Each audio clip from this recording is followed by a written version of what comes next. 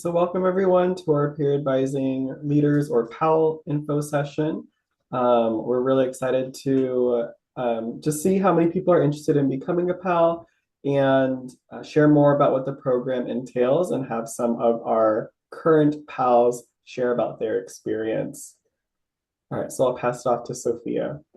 Yeah, so what is a PAL? So a PAL is a Rausser College student who has like good communication, and that's not just with, I think, like your ability to communicate with other people, but it's also like the ability to communicate with like supervisors just to give them timely information. PALs are generally friendly, empathic, and eager to support their fellow Rausser College Golden Bears. Um, and then it's often, but not always, PALs are connected with advising and might regularly use our services, whether that be checking in with your advisor, maybe checking in with Temple if you have enrollment questions. It could also be maybe you go to the PALs themselves a lot, or maybe you're attending our community building events. So we're relatively engaged, but again, that's not always the case. You all also may be connected to campus in other ways, like maybe you're really involved with EOP, the Transfer Student Center. Um, I'm blanking on like the rest, but like other campus programs and organizations that might also be student organizations as well. And so generally you might have a good way like just knowing and navigating campus. Our peer advisors are really instrumental in helping build community with Rausser College. Like I mentioned, we have our community building events, which we'll talk about a little bit more later. And this is also a great opportunity for students who are, whether or not you're actually interested in going into advising as a profession, it is a good way to build your professional development skills. We like to think of this as like, I hope it's like the most friendly kind of on-campus job you can have in terms of building those skills, where Jay and I are really here to support you and help you become the professional that you would want to be once you graduate. And here's just a quote from a previous PAL about their experience. So, my favorite thing about being a PAL is being able to support students in a variety of capacities. From academic to social support, I am able to assist students in navigating a major declaration to discovering what clubs on campus they might enjoy. Um, like Sophia had mentioned, this program is a really great experience to develop your skills professionally into whatever career fields you may be pursuing, whether it comes to networking or presentation skills, collaboration, and understanding different resources around you at campus. And so, PALS, over the summer, we do a 1 day training. This usually happens in August, leading up to Golden Bear orientation. The 1 day training is set so that you all can start like getting to know each other. It's a lot of team building. We also go over some general counseling skills that will help you in the role. And then we also go over, of course, like how to work the front desk, which we'll say more about in the next slide. And then, but before going there, training does continue into the fall semester. So each week on Wednesdays from 5 to 6 in the Student Resource Center, we have staff meetings. And like I said, in the fall semester, the PALs will start doing some trainings over like different majors, college policy, campus resources.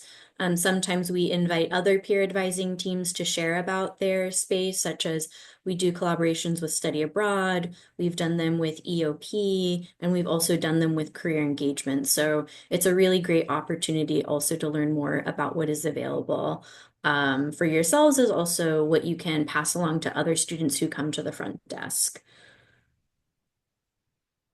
Yeah. And the PAL front desk. So while PALs offer their office hours in a hybrid model, meaning students can visit you all or PALs through the front desk, like you see in this picture here, or you can visit the Zoom meeting room. PALs themselves are working in person at 260 Mulford Hall.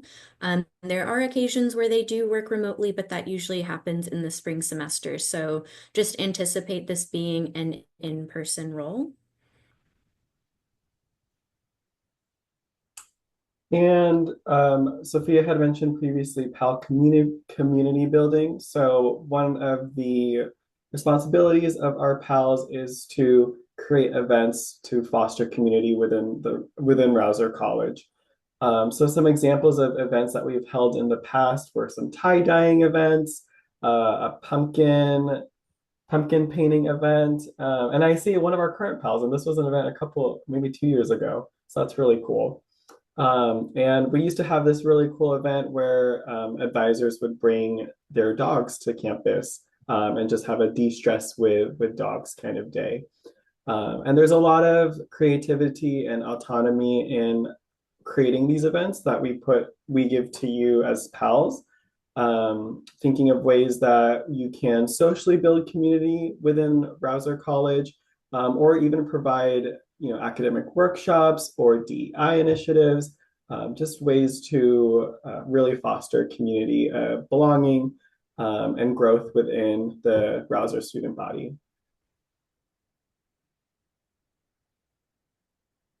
Yeah, and here's another quote. My favorite part about being a PAL has been being able to work closely with the RCNR advising staff and being able to be one of the first welcoming faces for incoming students during Golden Bear orientation. And we also like to appreciate our pals for all the hard work that they do.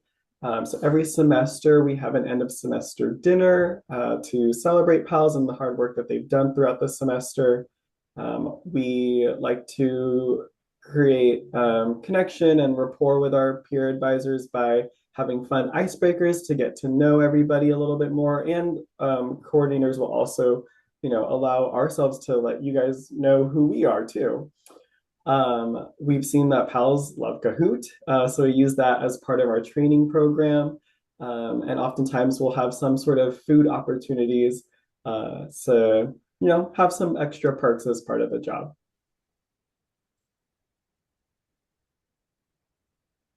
Yeah, so the time commitment for PALs during the fall semester, like we said, there's a 1 day orientation that happens in August towards the start of the semester. In the fall semester, you'll get 1 unit of peer advising. I think that's like an SBUM 198 course. And that translates to about 3 hours of work where you have 1 hour of meetings each week, which would be the Wednesday staff meetings that I mentioned earlier, and then 2 hours of your office hour shift that are again held in person at the front desk. And at the end of the fall semester, Jay and I will just evaluate the PALs and just make sure that, you would be eligible to continue in the spring semester, which is when you are all paid. So the purpose of the fall semester is to be like the internship semester where you're gaining your skills, and then in the spring you are like fully hired. You'll be making a $19 an hour wage. You'll have a 1 hour staff meeting that happens every other week in the spring semester. Still at the same time, which again is 5 to 6 p.m. Wednesdays in the Resource Center. And then you'll still have the expected 2 hours of advising each week. You'll also be expected to be available for Cal Day, which generally happens the third Saturday in April. And that's about 5 hours. And then, of course, there are the community building events that you will plan and execute with a team of PALs, and that'll be about 3 hours. One thing I wanted to mention too about the fall semesters that you are also expected to be available for Golden Bear orientation. We understand that our students might have multiple commitments and may be called to like table for an organization that they work for, or maybe they have another job that they need to participate in. We have some flexibility, but we really need advanced communication to make that work. So it's not like a deal breaker. I would say the one thing that is non-negotiable would be the 1 day orientation. We really do need you to be available and present for that. Um, so if you, for example, I think this comes up with students who become resident assistants, the 1 day orientation often conflicts with a resident advisor or resident assistant training. And so we will need to figure out a way to work around that. That's the one I can think of, as well as maybe orientation leader training might conflict, but in the past we've been able to work things out with your respective other commitments. So just let us know in advance if those are things that you get accepted for, so we can start planning and just can start thinking about that early on. So, how to apply? Prepare a resume and then fill out the application using this link that I'll put into the chat, which opens on Monday, next Monday, which is a holiday. Um, so, you'll submit that application with your resume. We will go through an in-person group interview process, which is going to happen a week after that the applications are due. And the applications are due Friday, February 28th at 1 p.m. Very specific, but it's all because of the how timely everything is and making sure we can fit everything with getting the interviews scheduled, reviewing your applications and whatnot. So Friday, the 28th, February 28th at 1 p.m. is when the applications are due, and the following week is when group interviews will take place. That will happen in person in Mulford Hall, which is right behind me. I don't know how, there we go. And then from there, we will evaluate and assess people from the group interviews to see who will be moving on to individual interviews taking place on Zoom in the following week. Correct? Yeah, in the following week after the group interview. So everything moves it moves pretty quickly. If you ever have questions about anything, please do email myself and Sophia, and we can probably put our emails into the chat after our presentation. And then if you're selected, you become a PAL, and you'll get more details about that when you are onboarded. Can I just add something really quickly? Mm-hmm. Um, Once the application is available, you all will see that it does ask you for your group interview availability. So that's also why we're kind of doing this quick timeline, is because we already know when you'll be available for which group interview slot. So just make sure that as you're filling out the application and you're letting us know when you would be available for that one, that you are holding that time in your calendar up until you get the BCal invite. Yes, thanks for bringing that up.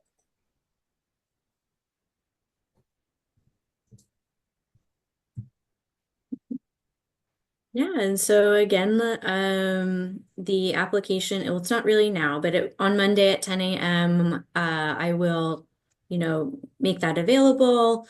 And then again, closes on February 28th at 1 p.m. Jay has dropped our emails in the chat. If you have any questions, please do feel free to reach out. It is helpful if you put us both on one email, so that, whoever is next available can just answer it.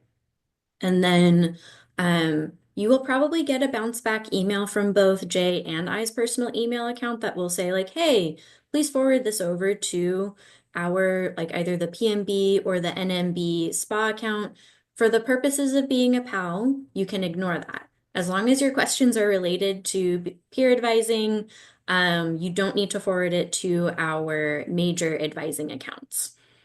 Yeah, and so I think now for those of you who have been with us for this presentation, if you have questions, this is now your time to ask.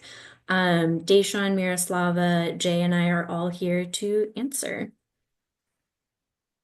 And you can just unmute, raise your hand. If you're in a space where you cannot speak right now, you can drop your questions in the chat as well, and I will I will keep an eye on it. I had a question about like level of experience you'd want from a pal. Like, what year would you typically recommend to become a pal? Like, is it okay to do it in your sophomore year, or is it best to do it junior, senior year after you've had more experience? Um, I do have an answer, but I'm kind of curious, just wanting to hear from Yaroslava and Deshawn their experiences because they're both in very different stages of their major. Yeah, I can jump in. So I'm a second year. And I think a lot of it isn't about what year you are and like where you necessarily are along your academic journey, but rather like how you've utilized on-campus resources and explored yourself while you've done like your time on campus thus far. So I think like a big part for me and like what I wanted to showcase through my application was like involvement in clubs, interest and curiosity to build on campus, wanting to learn more, engage with various campus resources that relate to this. Because a large part of the role is just providing those resources then to other students. So I don't think it matters like too much about like grade necessarily or age, but rather just your experiences and like the excitement and curiosity and enthusiasm to help others that you bring to the role. Cool, thank you. I can read this question in the chat. Also, hi, Brianna. So hi, I am in a busy area, so my audio isn't the best. Okay, totally understandable. Is there a certain cap for PALs for each major? Also, for current PALs, what has been your favorite experience with the program so far? Great questions. Um, so for the cap for each major, typically we haven't necessarily had a cap for each major. What we aim for is having one PAL per major so that there's always somebody that has that like student expertise for each major. Because as a PAL, you won't always be working specifically with like your peers within your major program. Um, but of course, like sometimes there might be questions that you have that, you don't necessarily know the answer. And so that's where collaboration comes in and reaching out to your other peers, your other pals that are within that major department who can probably help you with that question. So we don't typically have a cap. Um, I don't believe this year, I know our numbers are changing a little bit this year. Sophia, do you have a cap? No. Yeah. No, I wouldn't say that there is a cap, but like Jay said, just having it kind of evenly spread to the best of our ability. Um, Deshawn, did you want to chime in? Oh, for the experience thing, but I was like, wait. I think my favorite experience being a pal so far was probably GBO, like the quote you showed. I feel like it's like a time commitment, but it's also like pretty fun because you're getting to know the other pals, and then you get to meet everyone that's coming into CNR. And since we are like one of the smaller colleges, you do see like those people like kind of often, so it's nice to kind of get acclimated to everyone.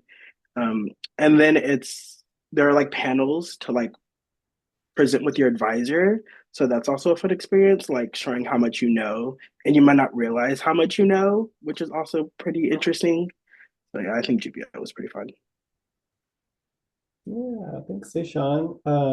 Miroslava, is there anything that you also would want to add about what your favorite experiences with the program so far?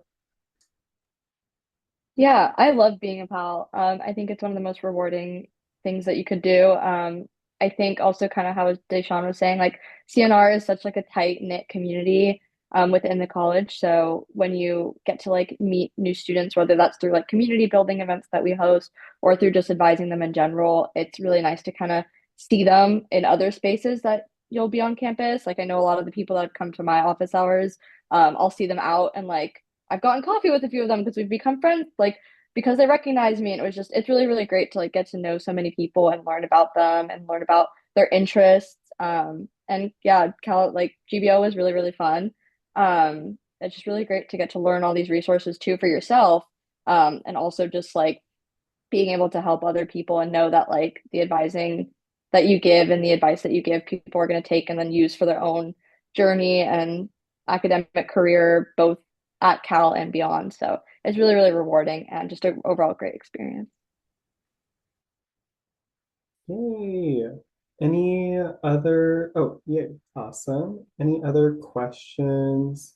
If not, I do have Oh, questions I can prompt. Oh, yes, go ahead.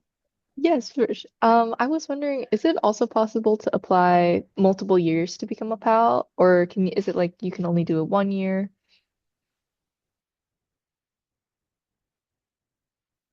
I can go. Oh, go ahead. Go Okay. ahead. I wasn't sure who wanted to answer that one. Yeah, so being a pal, um, so the way it's structured is, like I said, in the fall semester, you're like in the internship phase, and then in the spring semester, you're fully hired on. There is then the opportunity to extend your time as a PAL by applying to be a senior PAL, and there is a cap on how many senior PALs we have. So only two PALs get to continue on into that role. And typically, so far, we've only had PALs be in this role for a maximum of 2 years. I don't know if that's something we plan on changing at this time, so I would say 2 years maximum is what I would anticipate for that. Thank you. Yeah, Yeah. good question. And to provide more clarity to that, depending on how many years you've been here at UC Berkeley, there's just been a lot of restructuring with the program throughout the past 2 years. And so a lot of the questions that you're asking are things that haven't typically taken place in the past. If you've like spoken to peers that have been here for longer and have given you different information or different experiences. For the past 2 years, the program has been restructured and has been changing and adapting to be able to meet the program's needs as well as student needs as too. So it's a really great question that you asked, and you know things can always change in the future too. So, but for right now, what Sophia has mentioned is like where we're at. Emma, did you have a question? I saw you on mute.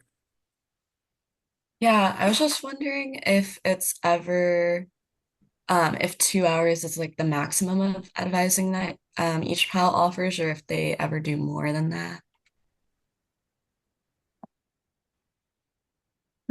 Yeah, so it is a maximum of 2 hours. Sometimes we have other opportunities. I would say those in the fall semester typically end up going to the senior pals just because they have more experience in the role.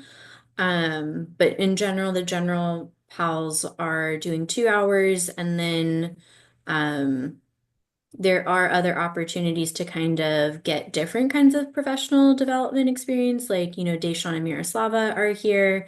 So this is time that they have swapped one of their office hours to attend this info session today.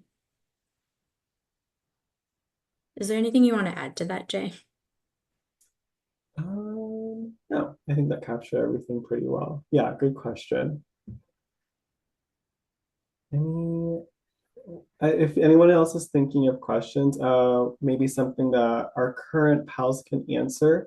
What helped you, if you can think back a year ago, what helped you in the application and or interview process?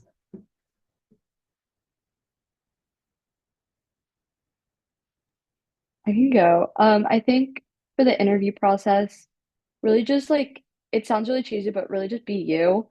Um, it's really hard to kind of like fake a personality in a way. So just really be authentically you and bring like your personality and really try to like collaborate with other people. A big part of being a PAL is you're going to have to work not only with other students, but also with other staff. So I think a big part, like a tip I would say, is make sure that when you're, especially in the group interview, you're working well with other people, or you're communicating, you're showing off like a lot of the skills that you have, whether that's leadership skills, yeah, good collaboration skills, whatever skills you might have that are applicable, make sure that shines through because they do pick up on it. Um, and throughout like the written application, I think a big part also is just like show what you've done on campus and show like who you are as a person and what your interests are. They want to see like basically why you would be a good fit to help other people. So definitely highlight what you're interested in if you're in any clubs and stuff. Include that if you're taking classes, doing research, all that stuff's super important. So that's what I would say. But yeah, be really authentic, be you. I don't think I have much to add to that, but I think for this application and like any application in general, just leveraging your experiences in the context of being a pal. So like you might not have done any advising, you might not have ever been like a peer counselor or anything, but like literally anything you have done thus far that's on your resume, there's a skill in there that you can apply to being a peer advising leader. So like I was a cashier, like a science museum, so that teaches you a lot of like troubleshooting, and being a pal is a lot of troubleshooting. So like solving problems on the fly or just being able to find information or the right people that you could connect students to solve their problems. So I think when you're even making your resume, if this is your first time like really making a resume, just leveraging those skills and experiences in this context. Y'all, those were such good answers. That's like, those are career tips that you're getting for free. Amazing. Any other questions? Oh, yes, go ahead. Yeah, I think I came in a bit late, so I don't know if you've already gone over this, but what are like who are the group interviews with? Is it a group with the other staff or other pals? Oh, good question. The group interviews are going to be done with us, Sophia and myself, as the PAL co-coordinators, and then we will also hopefully have current PALs there to assess as well.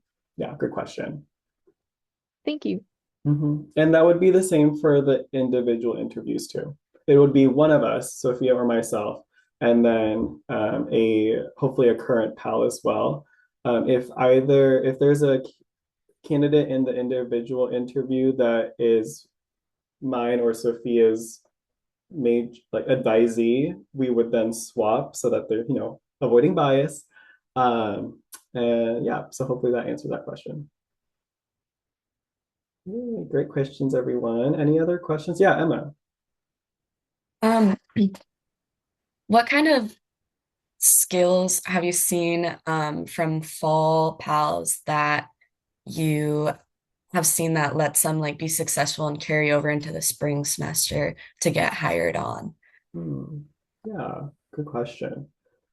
Um, if I'll share things on this, Sophia. If there's anything else you want to add too, please do. I would say the biggest thing, this is like I said, this is my third year being a co-coordinator for the program, and so what I've seen throughout these past years is, I think a general skill that anyone could have through different volunteer or work experience would essentially be like customer service skills. How well can you interact with customers or right students that you are peer advising? And not I don't want to say you necessarily have to have such a wealth of knowledge of all the resources, but how well can you seek out resources and communicate how you're doing that, in the moment of working with a student. So customer service skills are really the biggest, in my mind, the biggest transferable skill for being a pal. I think the only thing I would add on to that is I wouldn't generally overthink that component of it. I think it's like pretty rare that we would need to kind of correct course, and like hopefully before then we've already had those conversations and given pals like ample time to maybe address areas where they might could like have could be their like growing edge. Um, yeah, so we do, like I said, this isn't supposed to be like a big scary role. It's supposed to be friendly, it's supposed to be supportive. And so Jay and I really do take that seriously because we understand that for some of you, we might be your first supervisors, and we both really want to support you in that. And so we'll address things really early on if we notice anything And again, we'll support you in your professional development goals. We're even open to our pals, like, wanting to chat with us one-on-one if they want, just for extra support. But, that's not like a requirement of the role, but it is something, again, that we offer so that you know that you're supported, and that you might have, and that if you want, like, I guess, more support, we're here for you.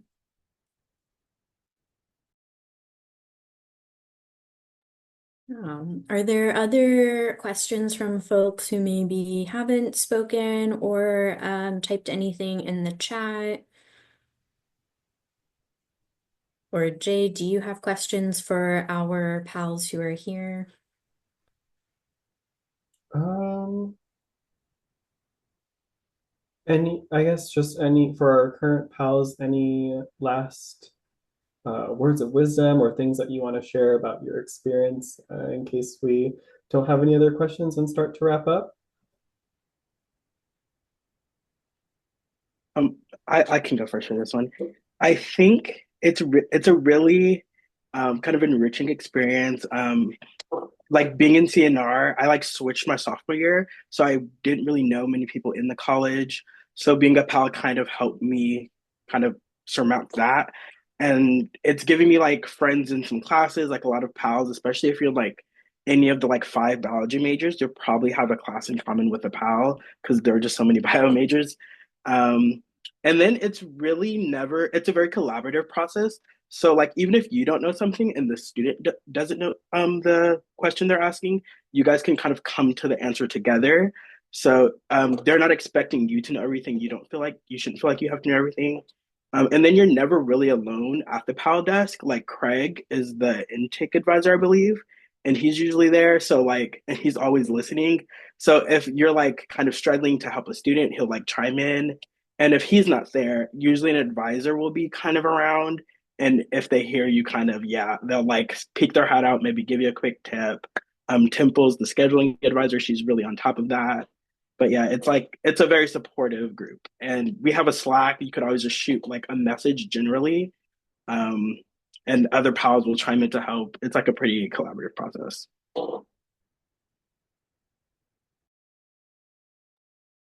I'd agree a lot with that. It was really well said. It is really rewarding and it's a wonderful position, like not to glaze it too much, but it is really, really wonderful. And how Deshaun was saying, there's always like a support system. Being a pal isn't knowing all the information, it's knowing like where to find the information. So you're gonna have other pals to work with, you're gonna have people and staff that are there to help you. Craig's amazing. Um, and you have so many resources on hand. So it's really knowing how to navigate those and helping share those to other people, not like having them off the top of your mind and knowing exactly the answers to every question.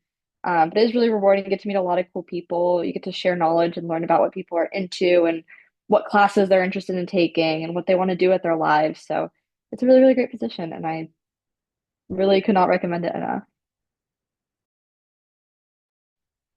Awesome.